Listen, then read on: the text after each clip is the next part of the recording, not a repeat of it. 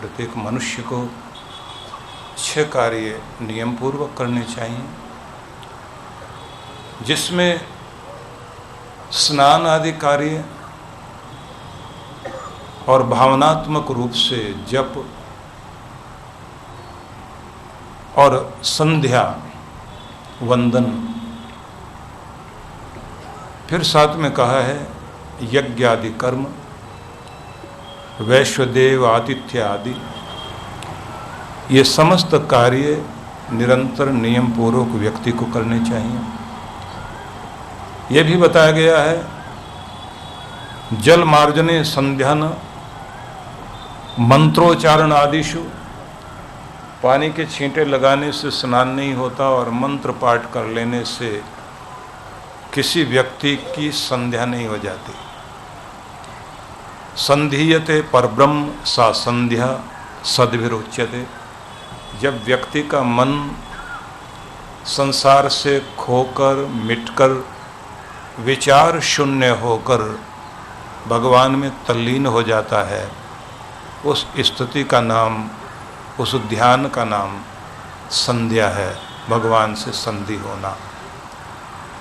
इसी के साथ में यह भी बताया गया है कि जब कभी आपका ध्यान टिके और उसमें आनंद का संचार होने लग जाए और ध्यानावस्था से संध्या वंदन से उठने के बाद हृदय में संतुष्टि और चेहरे पर प्रसन्नता का भाव आए, मन शांत हो और आप बहुत आनंदित अनुभव करें, उसको कहा जाता है प्रसाद गुण, जिसे भगवान श्री कृष्ण ने कहा प्रसादे सर्व दुखानाम हानि रस्योपजायते।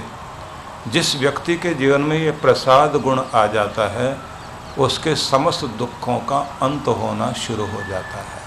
मतलब चिंताएं मिटने लगती हैं, निराशा भागने लगती है, भय की अवस्था से आप मुक्त होने लगते हैं और एक निश्चिंत आनंद का जीवन व्यतीत करने लगते हैं। प्रसन्न चेत साम ह्यासु बुद्धि पर्यावस्थिष्ठते, ऐसे व्यक्ति की बुद्धि निर्मल होती है, आनंद विभोर होकर ऐसा व्यक्ति इस दुनिया में संतुलित जीवन जीने लगता है। मतलब ये हुआ कि आपको नित्य निरंतर प्रत्येक दिन की शुरुआत भगवान के ध्यान से करनी चाहिए और वहाँ का प्रसाद जरूर लेना चाहिए। प्रसाद प्रसन्नता है, आनंद है, और वो प्रसाद ध्यान में बैठकर पाया जा सकता है। आपसे ये भी कहा गया था कि वो परमेश्वर कोई व्यक्ति नहीं, एक शक्ति है।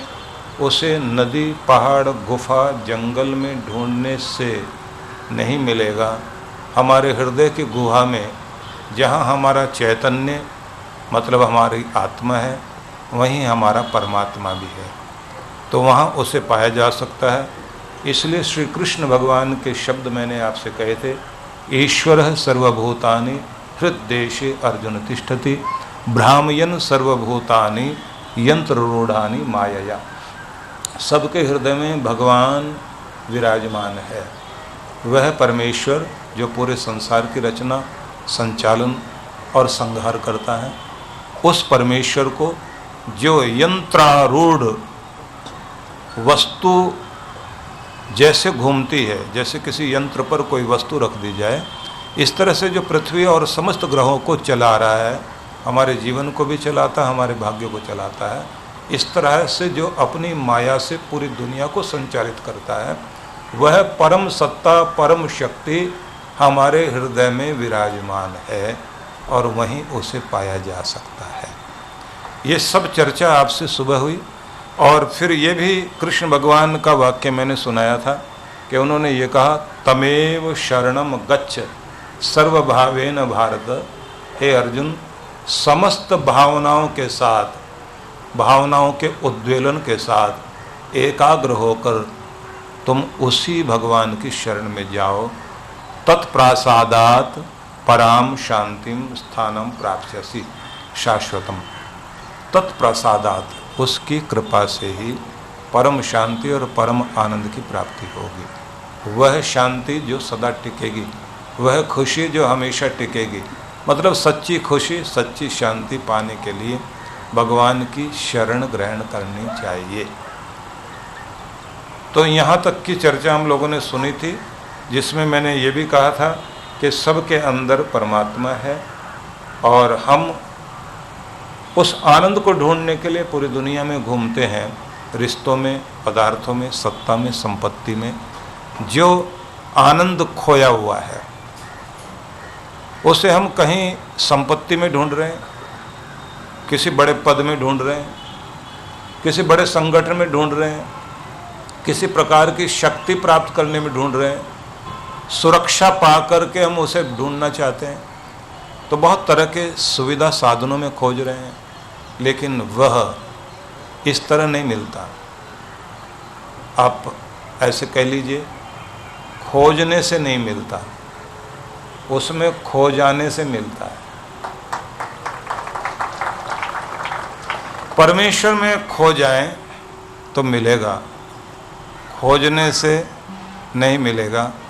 खोजेंगे बाहर और खो जाएंगे अंदर। तो अंदर ही वो है जब आप अपने अंदर खो जाएंगे और जब इस दुनिया को भूल जाएंगे, दुनिया का मालिक अपने आप याद आने लग जाएगा। यहाँ तक की ये चर्चा हुई है। अब इससे आगे बढ़ते हैं। मैंने सार इसलिए बताया क्योंकि कुछ लोग सुबह भी थे, अब भी हैं, उनको भी रिवीजन करा दिया जाए। तो उनको भी रिवाइज कराया गया। जो नए हैं उनको नए अंदाज से वो चीज़ मिल गई। अब हम आगे बढ़ते हैं। इसका मतलब ये मत समझ लेना कि कल शाम को आएंगे, रिवाइज तो करा ही दिया जाएगा। लेकिन आप जो सुन रहे थे उसका सार तत्व बताया गया है, बीज दिए गए हैं। पूरा वृक्ष तो उन्हीं ने ही पाया है जिन्होंने सुबह सुना था। उसी अंदाज से वैसे मैं सभी को इस समय कोशिश कर रहा हूँ कि सूत्र दिए जाएं। अब अगली बात हम यहाँ से सुनेंगे। एन केन प्रकारेण यस्य कस्यापि जंतुना संतोषम जनयेत धीमान तदेश्वर पूजनम। जो व्यक्ति जैसे कैसे किसी भी तरह से इस दुनिया के मनुष्यों को सुखी और संतुष्ट करने की चेष्टा करता है, वह इस दुनिया को संतुष्ट, किसी व्यक्ति को, किसी प्राणी को संतुष्ट करते हुए अपने मालिक परमात्मा को ही संतुष्ट करता है। क्योंकि पूजा का बाह्य प्रकार यही है। और जब आप अंदर संतुष्ट होकर स्वयं को भगवान में समर्पित कर देते हैं, ये पूजा का आंतरिक स्वरूप है। और दोनों का मेल बैठाना शुरू कर दीजिए, आप अपने भगवान के करीब हो जाएंगे। बात समझ में नहीं आई हो तो ऐसे समझ लीजिए, बाह्य रूप से आप इस दुनिया में जितना भी किसी के लिए भला कर सकते हैं जरूर भला करें। ऐसे नहीं समझ में आता तो आप ऐसे समझ लीजिए, लोग कहते हैं परोपकार करना सीखिए। सुबह मैंने आपसे कहा था परोपकार करने वाले बिरले हैं, लेकिन परोपकार को मानने वाले उससे भी कम बिरले हैं। एहसान करने वाले दुनिया में बहुत कम हैं, लेकिन एहसान को मानने वाले तो उससे भी कम हैं। ऐसे एहसान फरोश लोग दुनिया में हैं कि उन्हें आप समझेंगे ऐसे एहसान फरामोश कि जो अपने माँ बाप के भी एहसान को नहीं मानते, तो वो पराई दुनिया के कहाँ एहसान मानेंगे। हम बहुत जल्दी दूसरों को भुला देते हैं, दूसरे के किए को भुला देते हैं, खुद लेके भूल जाते हैं लेकिन दे के कभी नहीं भूलते। खुद गाली देकर भूल जाएंगे लेकिन किसी की गाली खाकर कभी नहीं भूलते। खुद दूसरों को तड़पा कर के भूल जाते हैं, लेकिन खुद को चोट खाई हो जिंदगी भर याद रहता है। जबकि कहा जाता है जीभ पर लगा हुआ घाव सबसे पहले भरता है, पर जीभ से लगा हुआ घाव जन्म भर तो भरता ही नहीं, जिंदगी भर याद रहता है। आप कितने घाव दूसरों को देते हैं आप भूल जाते हैं, पर आपके दिए हुए घाव ये दुनिया नहीं भूलती। इसलिए अच्छा हो कि अपने जबान पर भी नियंत्रण। व्यक्तित्व विकास की योजना जब दी गई हमारे ग्रंथों में, उसमें एक बड़ा महत्वपूर्ण बिंदु रखा गया कि आपका व्यवहार समाज से जुड़ा है। आपका व्यवहार समाज से जुड़ा है। समाज में आपकी पद प्रतिष्ठा आपके व्यवहार पर निर्भर करती है। आपका स्वर्ग भी आपके व्यवहार पर निर्भर है।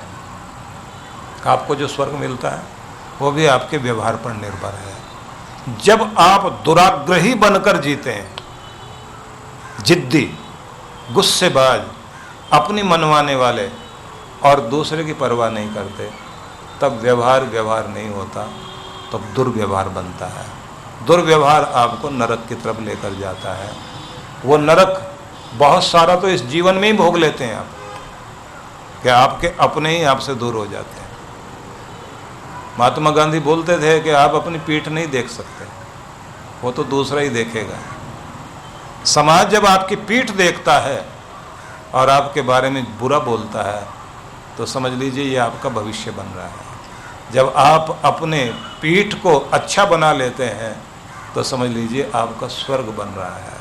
जब दुनिया पीठ पीछे आपके लिए कुछ अच्छा कहती है तो समझ लेना चाहिए कि आपने समाज में अपना एक व्यक्तित्व बनाया है। दूसरों से तारीफ पाने के लिए नहीं, उस मालिक का सच्चा बंदा बनने के लिए आपको ऐसा करना चाहिए। दूसरे तारीफ करें ना करें, इसलिए ये शब्द याद रख लीजिए कि किसी भी तरह से कैसे भी हो सके परोपकार की आदत बन जाए। और परोपकार की परिभाषा याद रख लेना जो मैं कह रहा हूं, ये परिभाषा याद रख लेना, दूसरों की जिंदगी को आसान बनाने में सहयोगी बन जाना परोपकार है। समझ में आई बात? दूसरों की जिंदगी आसान बनाने में सहयोगी बन जाना परोपकार है। दूसरों की जिंदगी को मुश्किल में डाल देना, कठिनाई में डाल देना, दुख में, पीड़ा में डाल देना, ये अपकार है। इसलिए परोपकार कीजिए, अपकार नहीं कीजिए, दुर्व्यवहार नहीं कीजिए, इससे आपका स्वर्ग बनता है। और जब ये व्यवहार आप सीख जाते हैं तब आप भगवान के लाडले बनते हैं। ये भी एक पूजा है। इस पूजा को सीखें। शुरुआत इसकी होती है माँ से। माँ जब सिखाती है, घुट्टी में जब चीज़ दी जाती है, संस्कारों में कोई चीज़ दी जाती है, जब सभ्यता, मैनर्स में, शिष्टाचार में चीज़ें दी जाती हैं, तो समझ लीजिए आप एक माँ की गोद में एक विश्व मानव पलता है। भविष्य का इंसान माँ की गोद में पलता है। विषय चल पड़ा है तो मैं आपको थोड़ी सी चर्चा कर दूं, जरूरी भी है। पूरी दुनिया में इस बात पर बहुत विचार हुआ कि सभ्य समाज के लिए एक अच्छे इंसान की कल्पना की जाए। हमें ऐसी दुनिया नहीं चाहिए जैसी दिखाई दे रही है। एक अच्छा इंसान चाहिए हमें। आप देखते हैं ना कि लोग पूरा जीवन जीते हैं, लेकिन पूरे जीवन में भी स्थितियां इतनी खराब हो जाती हैं कि जीवन जीते जीते हम लोग पूरा जीवन समाप्त कर लेते हैं, लेकिन उसके बाद भी जीना नहीं आता। या एक ऐसे इंसान की तरह से जीवन को जीते हैं कि लोग ये कहते हैं कि भाई ये आदमी जो दिखाई देता है, कहीं भी इसकी ज़िंदगी में ऐसी कोई बात नहीं जिसे पकड़ा जा सके, जिस गुण को ग्रहण किया जा सके। तो इससे पता ये लगता है आदमी आधा अधूरा जिया है। रविंद्रनाथ टैगोर ने शिक्षा को इस रूप में रखने की चेष्टा की कि भविष्य का मनुष्य बनाया जा सके। और उन्होंने कहा शिक्षा ही माध्यम बनेगी। इमर्सन ने इस बात को कहा, और जो मॉन्टेसरी पद्धति शुरू हुई थी उसमें भी ये बात ध्यान में रखी गई, भविष्य का मनुष्य कैसा बनना चाहिए, विश्व मानव कैसा होना चाहिए, हम कैसे मनुष्य की कल्पना करते हैं। आइंस्टाइन से जब पूछा गया, इतने बड़े साइंटिस्ट थे, कि आपके प्रयास से अब तक जो काम हुआ है, बोले ऑब्जेक्ट पर हुआ, अब सब्जेक्ट पर काम किया जाएगा। इंसान को मनुष्य के निर्माण पर ज़्यादा ध्यान देना चाहिए, क्योंकि साइंस जो है अब इस पर काम करे तो ज़्यादा अच्छा है। सोचिए, हम लोग इस बात की बड़ी कोशिश करते हैं कानून अच्छे बन जाएं। कानून तो बन जाएंगे, लेकिन कानून के पालन करने वाले अच्छे ना हो। अब देखिए ना, रेड लाइट सामने हो गाड़ी नहीं रुकती, लेकिन बिल्ली सामने आ जाए तो पुलिस वाला तो नहीं रोक रहे ना। बिल्ली सामने आती गाड़ी रुकती है, लेकिन रेड लाइट पर नहीं रुकती। पुलिस वाला दिखाई दे जाए तो हाँ फिर ठीक है, कानून डंडे से पालन कराने वाला कोई है। इसलिए मनोवैज्ञानिक लोग और साइंटिस्ट लोग दोनों ने एक बड़ी अद्भुत बात की। उनका कहना है कि मनुष्य के मस्तिष्क की 3 परतें हैं। उनमें से एक परत वो है जो सरीसृप, मतलब जब से मनुष्य का विकास हुआ, वो जो भयंकर जंतु दुनिया में होते थे, बड़ी बड़ी छिपकलियां समझ लीजिए आप, हाथी के आकार के, जहाँ से रेंगते रेंगते इंसान एक दूसरे जंतु को खाता हुआ जी रहा था, अन्याय करता हुआ, कि वो वाला मस्तिष्क की परत हमारी शुरुआत वाली परत है जो आपके मस्तिष्क में मौजूद है। एक आपका लिम्बिक सिस्टम है, एक रेप्टिलियन, और एक को नियोकॉर्टेक्स बोलते हैं। तो इसको जो ये रेप्टिलियन परत है, जब मनुष्य इस परत के जागृत होने की अवस्था में आता है तो कहते हैं उसका जानवर जागता है। मैं थोड़ी अलग तरह की चर्चा करने लग गया आपसे, ये जरूरी, उसके बाद आपको उधर ले जाऊंगा, जो भक्ति वाली परत है ना उस तरफ लेके जाऊंगा, लेकिन ये भी बात करनी बहुत जरूरी है। तो इनका कहना है कि ये जो जानवर वाली, जिसको आप एनिमल ब्रेन कहेंगे, अगर आप इसके संपर्क में आ गए या कोई आपको इसके संपर्क में ला दे तो आपका जानवर जाग जाएगा। उनका ये कहना है कि आपके नेता लोग भी ज़्यादातर इस परत को जगाने का काम करते हैं, कहीं भी भड़का देंगे आप। इनसे हमारा कोई मेल नहीं है, ना इनकी भाषा मिलती है, ना इनका कलर मिलता, ना इनका भजन का तरीका मिलता। ये अलग, हम अलग, हम श्रेष्ठ, वो तो श्रेष्ठ नहीं। कुछ भी कहकर जगा दे आपके अंदर का वो जानवर, तो आदमी उसी कबीलों वाली संस्कृति में पहुंच जाएगा, पत्थर हाथ में। फिर परोपकार की सारी परिभाषा गई। अब इसके बाद में भारतीय परंपरा में विचार किया गया कि क्या करना चाहिए। तो इन्होंने कहा कि आपके 2 ब्रेन है, एक लेफ्ट ब्रेन, एक राइट ब्रेन। आपका जो लेफ्ट ब्रेन है ये ज़्यादातर जागरूक करने के लिए सारे शिक्षा सदन काम कर रहे हैं, कॉलेज भी। तर्क वितर्क वाली बात तो ज़्यादा है, गुस्सा भी जल्दी आ रहा है, लेकिन आदमी का जो भावनात्मक मस्तिष्क है उसे जगाने का काम नहीं हो रहा।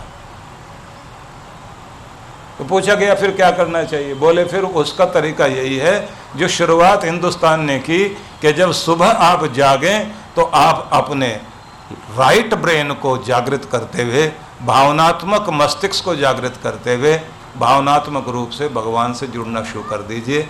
जब आप उससे जुड़ जाते हैं उसके बाद फिर दुनिया से जुड़ना शुरू करो, तो दोनों में संतुलन रहेगा। जहाँ तर्क की ज़रूरत है वहाँ तर्क करोगे, लेकिन तकरार नहीं करोगे, और जहाँ दया की ज़रूरत है वहाँ दया करोगे। जहाँ दुष्टता का दलन करने की ज़रूरत पड़ेगी तो आप शक्ति वाले बन जाएंगे, और जहाँ लगेगा कि दूसरों के आंसू भी मेरे ही आंसू हैं, वहाँ आप करुणा करने लग जाओगे। इसलिए हिंदुस्तान का अध्यात्म इस दुनिया के मनुष्य को श्रेष्ठ बना सकता है। बस यही विधि है, और कोई विधि नहीं। तो इसका मतलब ये हुआ कि आपको हर दिन सुबह सुबह अपने आप को भगवान से जोड़ना। और एक बात और, कि आपकी सुबह तो शुरुआत हो गई, लेकिन जितना समय आप सुबह से लेकर शाम तक बिताया, तो रात्रि का भी तो उतना ही समय होता। 12 घंटे सूरज से अलग होते हैं आप, और 12 घंटे सूरज से जुड़ते हैं। ये अलग कर लीजिए। आप कभी कभी आप 12-14 घंटे में होते हैं और 10 घंटे रात्रि के होते हैं, हिसाब अलग अलग हो सकता है, लेकिन बात उतनी ही है कि आपको शाम के समय भी समर्पण करके भगवान से जुड़कर सोना चाहिए। बस ये 2 चीजें आप कर लें, आपकी जिंदगी में बहुत बड़ा परिवर्तन आएगा। तो उनका ये भी कहना है भारतीय ग्रंथों का, जो आप पूरा सार बता रहा हूं आपको, कि एक रूप तो हुआ ये, अब दूसरा रूप और, अब इसे भी समझना। आपके अंदर विचार जागते हैं, अच्छे बुरे विचार जागते हैं भावनाओं से। भावना क्रोध की है, भय की है, कोई तरह का डर आपके अंदर जाग रहा है, या प्रेम की भावना जागे। अब ये भावनाएं कैसे जागती हैं? कहते हैं इनका कारण बनता है आपके इंडोक्राइन ग्लैंड्स, मतलब अंतःस्रावी ग्रंथियां। जैसे गले में 2, थायराइड, पैराथायराइड, आपके सीने के बीच में थाइमस, जो 10 साल की उम्र के बाद में धीरे धीरे सूख जाती है, लेकिन शुरुआत में उसकी बहुत ज़रूरत पड़ती है। एड्रिनल, पिट्यूटरी आदि जितनी भी ग्लैंड्स हैं, इनसे जो रस शरीर में जाता है, इंजेक्शन बाद में काम करता है, ये उससे पहले बिजली के करंट की तरह काम करती हैं। और इतने भयंकर ढंग से इनका प्रभाव पड़ता है कि कब आप जानवर बन जाएं और कब आप देवता बन जाएं। इसलिए ये अद्भुत बात है कि इंसान को देवता बनने में भी देर नहीं लगती, दानी बनने में देर नहीं लगती, चोर बनने में भी देर नहीं लगती। अभी करोड़ों का दान कर देगा और हो सकता 5 मिनट के बाद सुई चुरा ले। ये इतना परिवर्तन क्यों? क्यों? हमारे बस में तो है नहीं, सोचते बाद में हो, पहले जाता है। कितने भी संकल्प किया कि गुस्सा नहीं करेंगे, गुस्सा करने के बाद में समझ में आता मैंने तो कसम भी खाई हुई थी। फिर आती है अगली बात, आदतें। पहले हम आदतें बनाते हैं, फिर आदतें हमारा जीवन बनाती हैं, व्यक्तित्व बनाते हैं, और फिर हम आदतों के हवाले हो जाते हैं। आदतें जिधर ले जाती हैं फिर उधर की तरफ हम चलने लग जाते हैं। अब इतना तो आपने सुन लिया, तो फिर कहाँ से शुरू करें? सुधार, मतलब ये तो आपने ये देख लिया पूरे घर में सामान बिखरा पड़ा है, तो कहाँ से ठीक ठाक करना शुरू करें? अब मैं वहीं से शुरू करता हूँ। ये जो मैंने आपको बताया है, इसके बाद की अगली बात बता रहा हूँ। जहाँ से हर दिन का दिन शुरू होता है, या जहाँ से हर दिन की जिंदगी शुरू होती है, सुधार वहीं से शुरू कीजिए। अब मैं धीरे धीरे बोल रहा हूँ जिससे आप पकड़ते चले जाएं बात को। जहाँ से हर दिन आपका जीवन शुरू होता है, आप शुरुआत वहीं से कीजिए। सोने से हर दिन का समापन होता है, और जागने से हर दिन की, हर जिंदगी की शुरुआत होती है। तो आप अपने जागने से अपने अंदर परिवर्तन लाना शुरू करें। मतलब जागे तो परमात्मा में जागो। जो सोवे सो सुन्न में, जागे तो हरिनाम। परमात्मा के नाम में जागना सीख जाए और शून्य अवस्था में सोना सीख जाए। मस्तिष्क को खाली करके सोना सीख जाओ। तो जागे तो हरिनाम, परमात्मा में जागना सीखिए। मतलब भगवान के नाम से शुरुआत कीजिए, धन्यवाद देते हुए उस सब के लिए, सब कृपाओं के लिए, सब वरदानों के लिए। मेरी झोली में जो भी कुछ है और जो भी मुझे इस दुनिया में प्राप्त हुआ, वो तेरी दया, तेरी कृपा से मैंने सब कुछ पाया। उस सब के लिए धन्यवाद देता हूँ। आज के दिन के लिए, आज के जीवन के लिए, आज के अवसर के लिए, अन्न जन के लिए। अन्न जल के साथ साथ ये जो हृदय धड़क रहा है, ये जो प्राण चल रहे हैं, इस सब के लिए, ये जो आंखें देख रही हैं, ये जो अवसर प्राप्त हुआ, उस सब के लिए भगवान तुझे धन्यवाद देता हूँ। ये सब कहते कहते फिर शुरुआत करना, संकल्प लेकर दिन अच्छा बिताऊंगा। एक एक दिन एक नई जिंदगी है, एक नया जीवन है, एक शाम जीवन का समापन है। एक दिन व्यतीत करना ढंग से मानो एक पूरी जिंदगी जी लेना है। एक एक जिंदगी एक एक दिन की पूरी पूरी जिए। और जब आप पूरी पूरी जिंदगी जीना शुरू करते हैं तो ये बात ध्यान रखिए कि उस स्थिति में एक एक पल से एक एक दिन बनता है, एक एक दिन से सप्ताह, सप्ताह से महीने, महीनों से वर्ष, वर्ष से पूरा जीवन। तो आपको, जिस आदमी को अपने एक पैसे की कद्र करनी आ गई वो करोड़ों की भी कर लेगा, और जो एक पैसे की भी कद्र करना नहीं जानता वो करोड़ों की भी कद्र नहीं करेगा। जो एक क्षण की कद्र करेगा वो जिंदगी भर की कद्र कर सकेगा। इसलिए एक एक पल को संभालना होता है। एक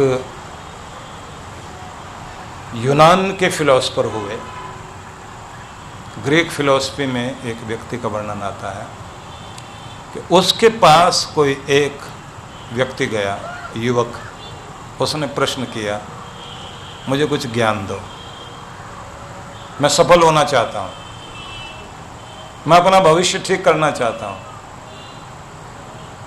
उस फिलोसफर ने, उस ज्ञानी ने उससे प्रश्न किया कि तुम्हारे जीवन में सबसे महत्वपूर्ण दिन कौन सा है? जन्मदिन, परीक्षा की सफलता वाला दिन, शादी का दिन या कोई और दिन? युवक सोचता ही रहा, सोचता रहा, सोचता रहा। तो महात्मा ने बोला, तुम्हारा भविष्य 0 है, 0 है। पूछा क्यों?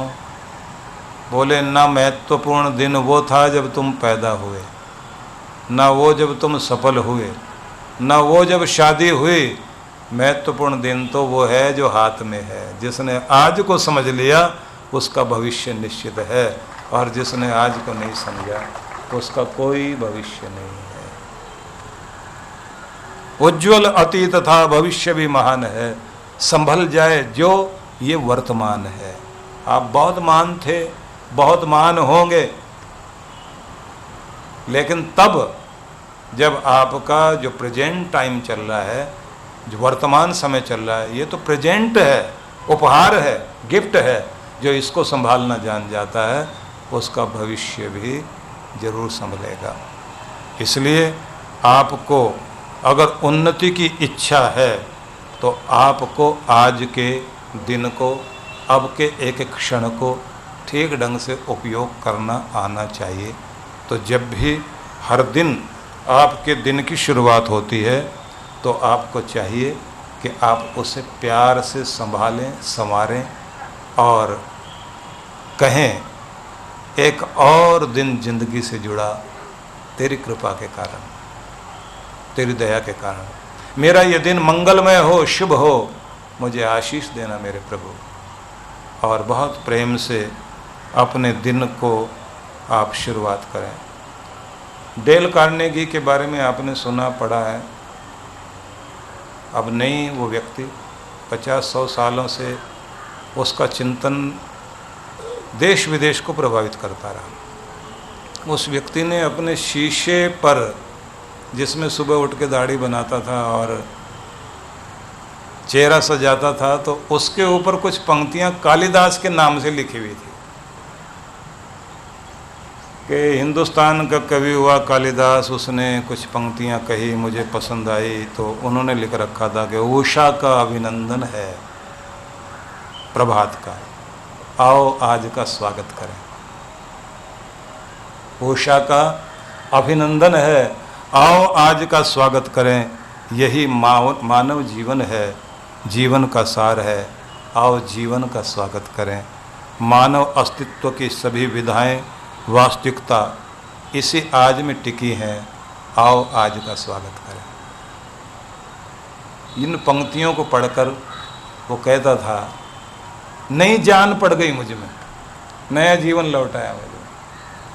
मैं भी ये कहूँगा, कुछ तो लिखो अपने सामने जिसको देख करके आप प्रभावित हों। कुछ तो ऐसा होना चाहिए कि जिससे आपको अच्छा लगे। वो कहते थे, आज इस दिन में वरदान है, विकास है, आज में ही सिद्धि और वैभव है। भूत सपना था, भविष्य कल्पना है, सुखद स्वप्न सब कल्पना हो सकते हैं। आज के दिन को आशा में बनाओ, आज के दिन में विश्वास जगाओ, आज के क्षण का उपयोग करो, तुम्हारा जीवन महान हो सकता है। वेदों को पढ़ें तो वहाँ क्या लिखा है? माँ श्व उपासीत, कल की उपासना मत कर, आज में जी।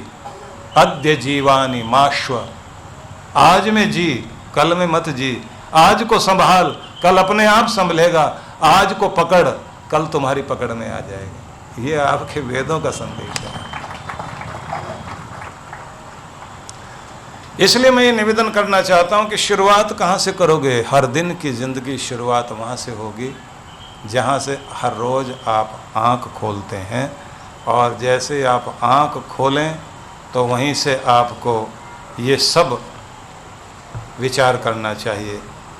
और ध्यान रखिए कि आपको सुबह सुबह ये भी सोचना है, भगवान मुझे इस लायक बना, हाथ फैलाने वाला ना बना।